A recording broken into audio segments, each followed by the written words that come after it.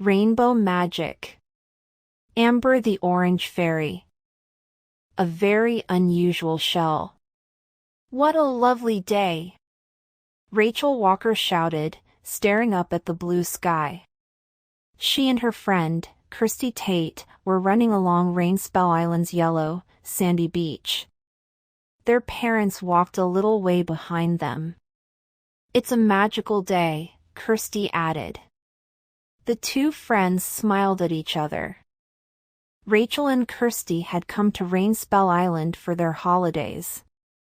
They had soon found out it really was a magical place.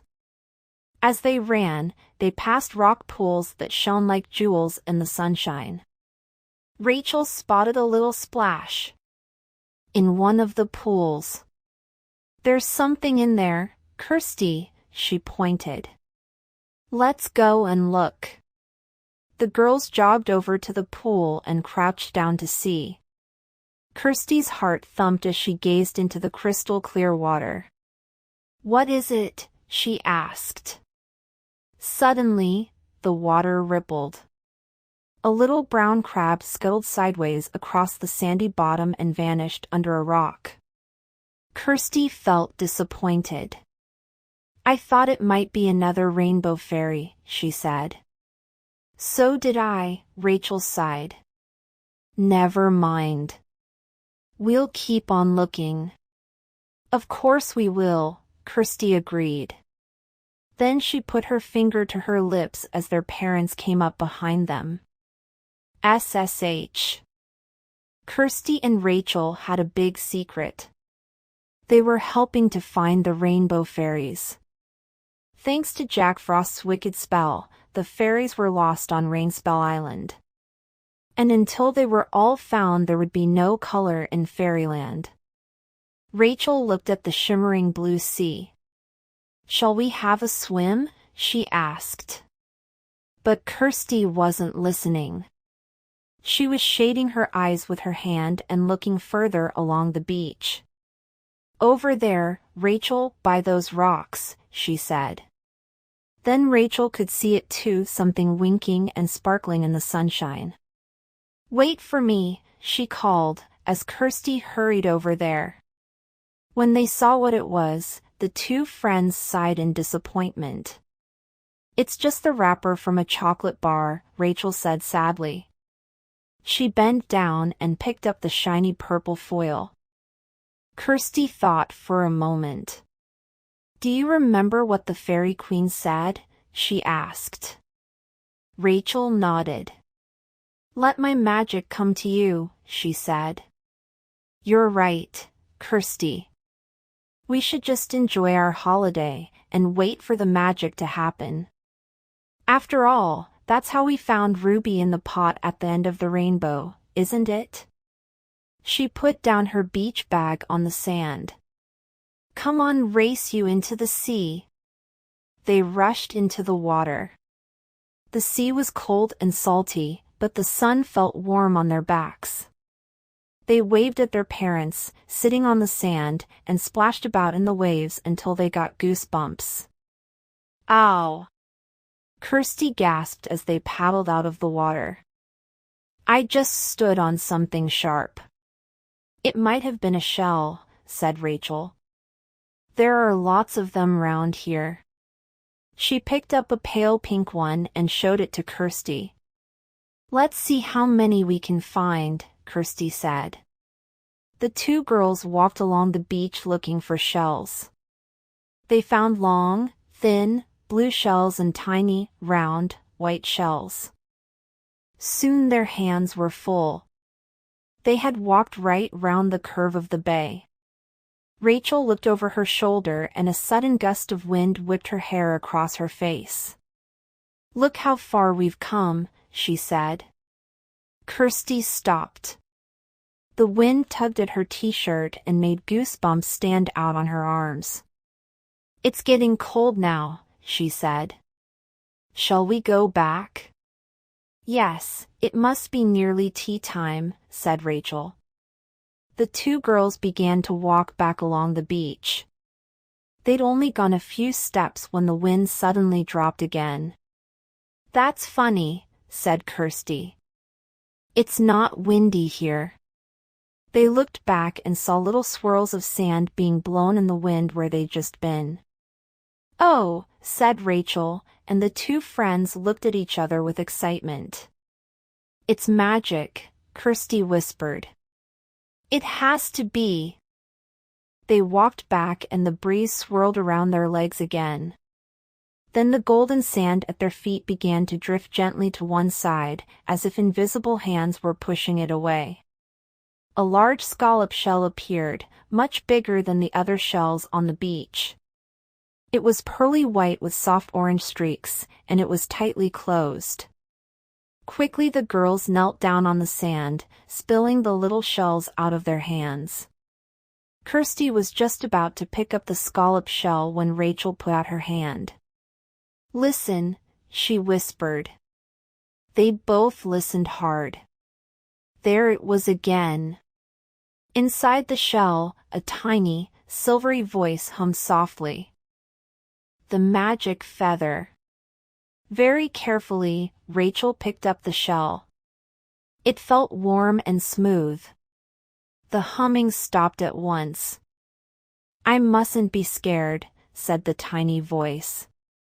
I just have to be brave, and help will come very soon. Kirsty put her face close to the shell. Hello, she whispered. Is there a fairy in there? Yes, cried the voice.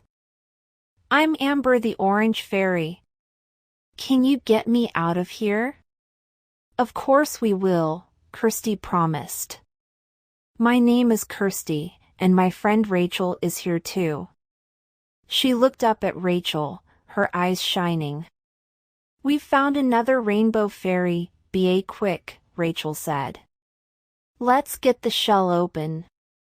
She took hold of the scallop shell and tried to pull the two halves apart. Nothing happened. Try again, said Kirsty. She and Rachel each grasped one half of the shell and tugged.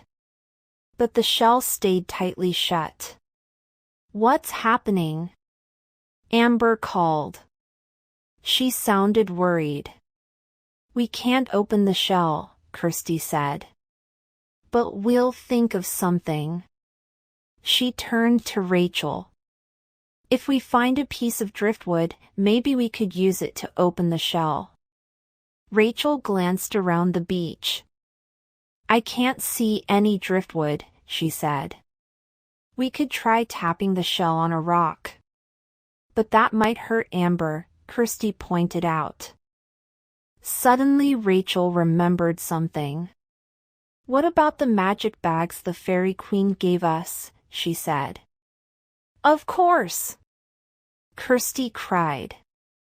She put her face close to the shell again. Amber, we're going to look in our magic bags, she said. Okay, but please hurry, Amber called. Rachel opened her beach bag. The two magic bags were hidden under her towel. One of the bags was glowing with a golden light. Carefully, Rachel pulled it out. Look, she whispered to Kirsty. This one is all lit up. Open it, quick, Kirsty whispered back. As Rachel undid the bag, a fountain of glittering sparks flew out. What's inside? Kirsty asked, her eyes wide. Rachel slid her hand into the bag. She could feel something light and soft. She pulled it out, scattering sparkles everywhere. It was a shimmering golden feather. Kirsty and Rachel stared at the feather. It's really pretty, said Kirsty. But what are we going to do with it? I don't know, Rachel replied. She tried to use the feather to push the two halves of the shell apart. But the feather just curled up in her hand. Maybe we should ask Amber. Amber, we've looked in the magic bags, Kirsty said, and we've found a feather. Oh, good. Amber said happily from inside the shell. But we don't know what to do with it, Rachel added. Amber laughed. It sounded like the tinkle of a tiny bell. You tickle the shell, of course, she said. Do you think that will work? Rachel said to Kirsty. Let's give it a try, Kirsty said. Rachel began to tickle the shell with the feather. At first nothing happened. Then they heard a soft, gritty chuckle. Then another and another. Slowly the two halves of the shell began to open. It's working, Kirsty gasped. Keep tickling, Rachel. The shell was laughing hard now. The two halves opened wider. And there, sitting inside the smooth, peach-colored shell, was Amber the orange fairy. A stranger in the pot. I'm free! Amber cried joyfully. She shot out of the shell and up into the air, her wings fluttering in a rainbow-colored blur. Orange fairy dust floated down around Kirsty and Rachel. It turned into orange bubbles as it fell. One of the bubbles landed on Rachel's arm and burst with a tiny pop. The bubbles smell like oranges. Rachel smiled. Amber spun through the sky, turning cartwheels one after the other. Thank you, she called. Then she swooped down towards Rachel and Kirsty. She wore a shiny orange catsuit and long boots. Her flame-colored hair was held in a high ponytail, tied with a band of peach blossoms. In her hand was an orange wand tipped with gold. I'm so glad you found me, Amber shouted. She landed on Rachel's shoulder, then cartwheeled lightly across to Kirsty's. But who are you? And where are my rainbow sisters? And what's happening in Fairyland? How am I going to get back there? Kirsty and Rachel couldn't get a word in. Suddenly, Amber stopped. She floated down and landed softly on Rachel's hand. I'm sorry, she said with a smile. But I haven't had anyone to talk to. I've been shut up in this shell ever since Jack Frost's spell banished us from Fairyland. How did you know where to find me? Kirsty and I promised your sister Ruby that we would look for all the rainbow fairies, Rachel told her. Ruby? Amber's face lit up. She spun round on Rachel's hand. You've found Ruby? Yes, she's quite safe, Rachel said. She's in the pot at the end of the rainbow. Amber did a joyful backflip. Please take me to her, she begged. I'll ask our parents if we can go for a walk, Kirsty said. And she ran off across the beach. Do you know what is happening in Fairyland? Amber asked Rachel. Rachel nodded. She and Kirsty had flown with Ruby to Fairyland. Ruby had shrunk them to fairy size and given them fairy wings. King Oberon and Queen Titania miss you very much, Rachel told Amber. With no color, Fairyland is a sad place. Amber's wing drooped. Kirsty was hurrying back towards them. Mom said we can go for a walk, she panted. Well, what are we waiting for? Let's go! Amber called. She flew up and did a somersault in midair. Rachel pulled their shorts, t-shirts and trainers out of her beach bag and both girls put them on. Rachel, could you bring my shell? Amber asked. Rachel looked surprised. Yes, if you want, she said. Amber nodded. It's really comfy, she explained. It will make a lovely bed for me and my sisters. Rachel put the shell in her beach bag and they set off, with Amber sitting cross-legged on Kirsty's shoulder. My wings are a bit stiff after being in the shell, she told them. I don't think I can fly very far yet. The girls followed the path to the clearing in the wood where the pot at the end of the rainbow was hidden. Here we are, said Rachel. The pot is over there. She stopped.